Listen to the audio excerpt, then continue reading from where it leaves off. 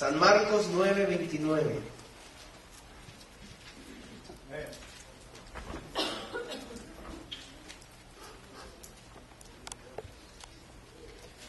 Es el Señor Jesús hablando con los discípulos después que un hombre le lleva a los discípulos, un muchacho, un joven que está endemoniado.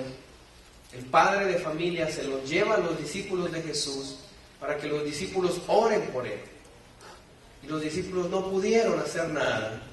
Pero luego el Señor Jesús ora por este muchacho. El demonio sale de este joven. Y el Señor Jesús habla con sus discípulos y les dice: incrédulos, hombres de poca fe. Y en el versículo 29, el Señor les dice, y les dijo: este género con nada puede salir, sino con oración y ayuno. Este género con nada puede salir, sino con oración y ayuno. Una de las cosas, hermanos, que debemos comprender como iglesia son las armas espirituales con las que nosotros contamos. Todo ejército y todo soldado se le capacita para que esté bien adiestrado en el uso de las armas que ese ejército tiene, que ese ejército posee. Todo buen soldado de cualquier ejército debe saber cómo utilizar las armas de guerra con las que su nación cuenta. Amén. Cada país en el mundo tiene el privilegio y tiene el derecho de tener un ejército y de tener un armamento que puede utilizar en algún momento de su vida, que su vida como nación esté en riesgo y esté en peligro. La Biblia dice, hermano, que usted y yo somos el pueblo de Dios. ¿Dice amén? La Biblia dice que usted y yo somos propiedad del Señor. Y la Biblia dice que usted y yo somos el reino de Dios. De la misma manera como los países terrenales tienen el privilegio de tener un armamento y de un ejército, de esa misma manera, usted y yo como pueblo de Dios también contamos con un armamento espiritual. Dígame a eso. Es decir, usted y yo somos soldados del ejército de Dios. Usted y yo somos soldados del Señor, somos hombres y mujeres, guerreros y guerreras de Dios, y todo soldado y todo guerrero debe poseer un armamento. Hay armas espirituales que usted y yo como ejército del Señor debemos poseer. El Señor Jesús, hablando con sus discípulos, les habla acerca de que esa situación difícil no podía vencerse si no era a través de la oración y del ayuno. Todos sabemos, hermano, lo que es y lo que hace la oración. Todos hemos experimentado el poder de la oración, dice amén. En momentos de necesidad, en momentos de escasez, cuando vamos a Dios en oración, todos sabemos que el Señor escucha la oración, amén. La Biblia está llena de ejemplos de cómo Dios manifestó su poder a causa de que su pueblo oró. Cuando el pueblo estaba prisionero en Egipto, el Señor le dijo a Moisés: he escuchado la oración, he escuchado el clamor de mi pueblo y he venido a liberarlos. De una manera Dios dice: el que ora yo lo escucho, y cuando yo escucho a alguien que ora, yo me apresuro para moverme a favor de mi pueblo. Porque cuando estamos orando, nos estamos comunicando con Dios. Todos sabemos que la oración es poderosa. Habrá alguien en esta casa que diga: yo sé lo que es el poder de la oración en mi vida, porque sanó a mi padre, sanó a mi madre, sanó a mi hijo, sanó a mi familia. De alguna manera sabemos que la oración es poderosa. Pero fíjense que el Señor Jesús no solo le dice a sus discípulos que la oración es un instrumento poderoso, sino que el Señor incluye el ayuno. Amén. El Señor no dijo nada más: este género sale solo con oración, sino que Él incluye el ayuno. Y si el Señor incluye el ayuno, déjeme decirle, es porque algo debe tener el ayuno en sí, que lo hace también un arma poderosa. Primero tenemos que entender lo que el ayuno no es. Yo le decía hace un momento, el ayuno no solo es dejar de comer por el hecho de hacerlo. El ayuno no es una dieta. El ayuno no nada más es malpasarse, sino que el ayuno que habla el Señor es el ayuno bíblico.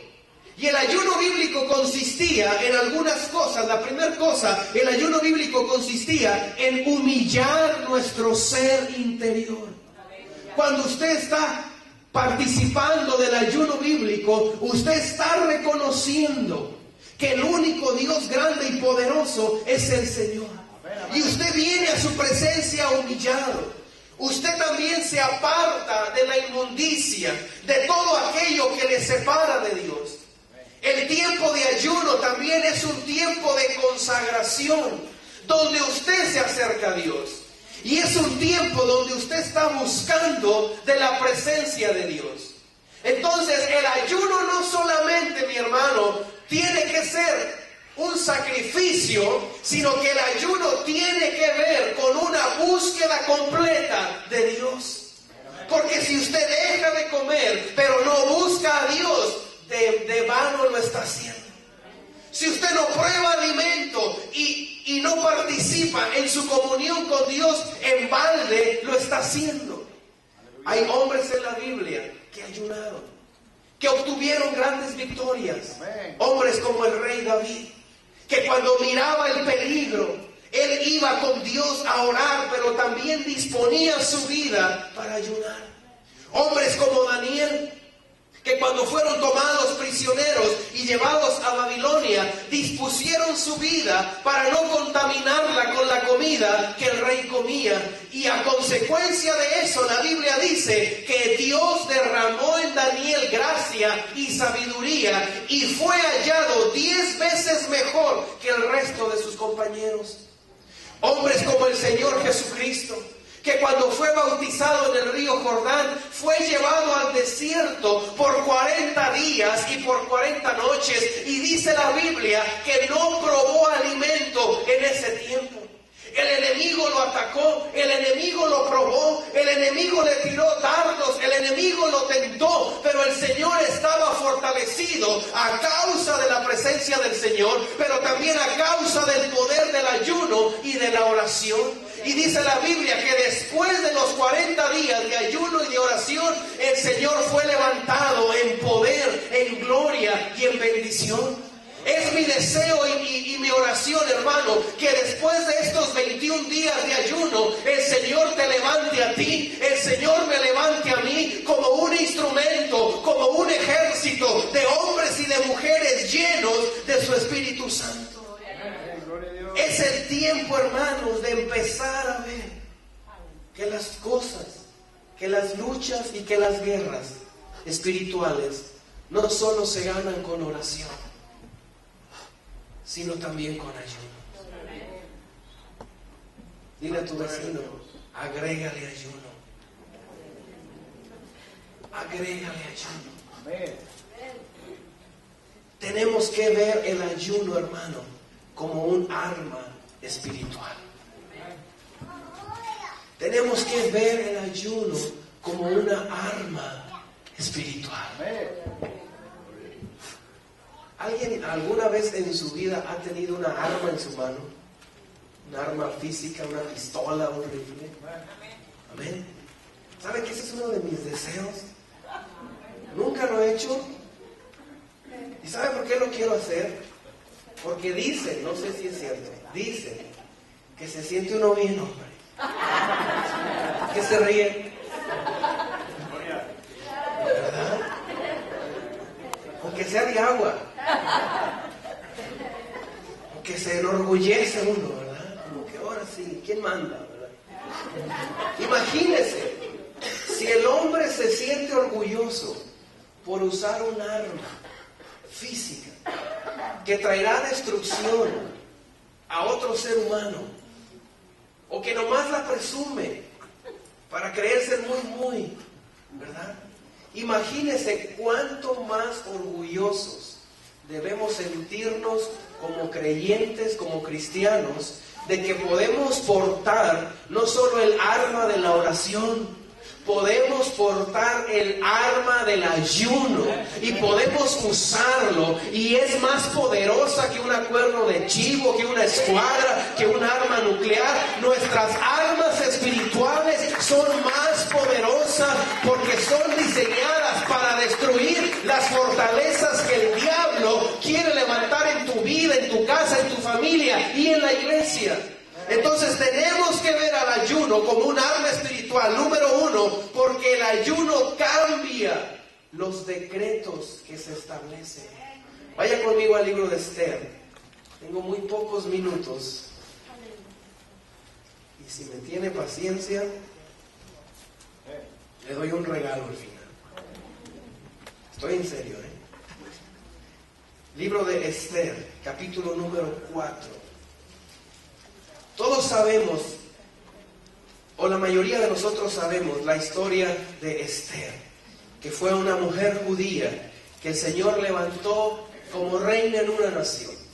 Pero a Esther, mi hermano, en el tiempo de Esther, capítulo 4, versículo 16, se levantó un decreto de que iban a asesinar al pueblo judío, de que iban a matar al pueblo de Dios, al pueblo hebreo. El decreto estaba firmado por el rey. El decreto estaba establecido de que tal día, a tal hora, en todos los lugares del reino, iba a empezar la matanza de los judíos. Esther era judía, pero el rey no lo sabía. El tío de Esther, llamado Mardoqueo, fue con ella y le fue a decir: corremos peligro y ni tú te vas a salvar, aunque estés en el palacio y aunque seas la reina, porque eres judía, a ti también te van a asesinar. Esther lo sabía muy bien, y déjeme decirle, antes de que Esther se llenara de miedo, antes de que Esther se llenaba de temor, Esther sabía que aunque el decreto ya estaba mandado, aunque el decreto era una ley, y aunque el decreto era algo que se tenía que cumplir, Esther sabía que había armas espirituales que ella podía hacer. Así que Esther le dijo a Mardoqueo: dile a mi pueblo, dile a mi nación, que por 3 días no coman nada, ni beban nada. Yo también lo haré, porque vamos a buscar la ayuda y el auxilio del poder del Señor. Déjeme decirle, hermano, una cosa. Hay muchas cosas que se hacen decreto en nuestra vida. El médico decreta que hay cierta enfermedad en ti. El enemigo decreta que tus hijos están perdidos. El enemigo decreta que tus finanzas están arruinadas. Pero déjame decirte, contra todo decreto, el poder del Señor es más grande y más eficaz. Y tenemos que levantarnos en ese poder para hacerle frente al enemigo. Esther no se puso a llorar, Esther no le dio miedo, sino que Esther dijo: vamos a orar y vamos a ayunar. Pero había otro decreto. No solamente el decreto de que los judíos iban a morir, sino Esther dijo: por 3 días oremos y ayunemos, y al tercer día voy a ir a ver al rey. Aleluya. Gloria a Dios. Y si perezco, que perezca. ¿Por qué dijo Esther eso? Porque nadie podía ver al rey, al menos que el rey le mandara llamar. Ese era un decreto. No importaba que fuera la esposa del rey o la reina. Si el rey no mandaba llamar a la reina no podía acercarse al rey. Qué feo decreto, ¿verdad? Entonces, al tercer día que Esther ayunó, dice la Biblia que se arregló. Dice la Biblia que se puso sus mejores ropas y se dirigió hacia donde estaba el rey. Y cuando los demás la miraban, sabían que el rey no la habían llamado. Algunos decían: qué mujer tan loca, qué mujer tan valiente, que no se da cuenta que va derecho a la muerte, porque si el rey no le ha llamado, ella no puede entrar a la presencia del rey. Cuando los soldados la miren entrar a donde está el rey, la van